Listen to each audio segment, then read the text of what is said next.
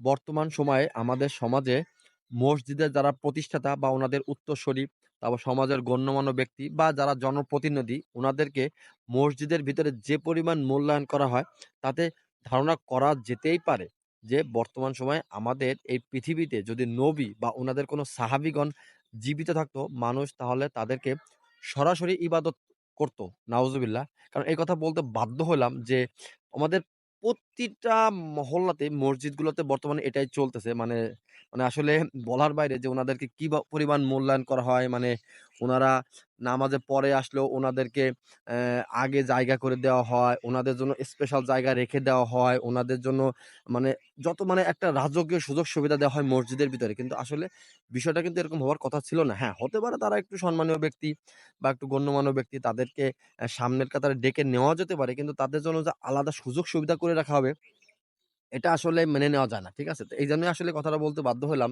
যে, এই সময় যদি নবী সাহাবী থাকতেন, তাহলে মানুষ মনে হয় যে উনাদেরকে ওইভাবেই ইবাদত মানে করত, যে মনে হইতো যে কি না জানি পেয়ে গেছি।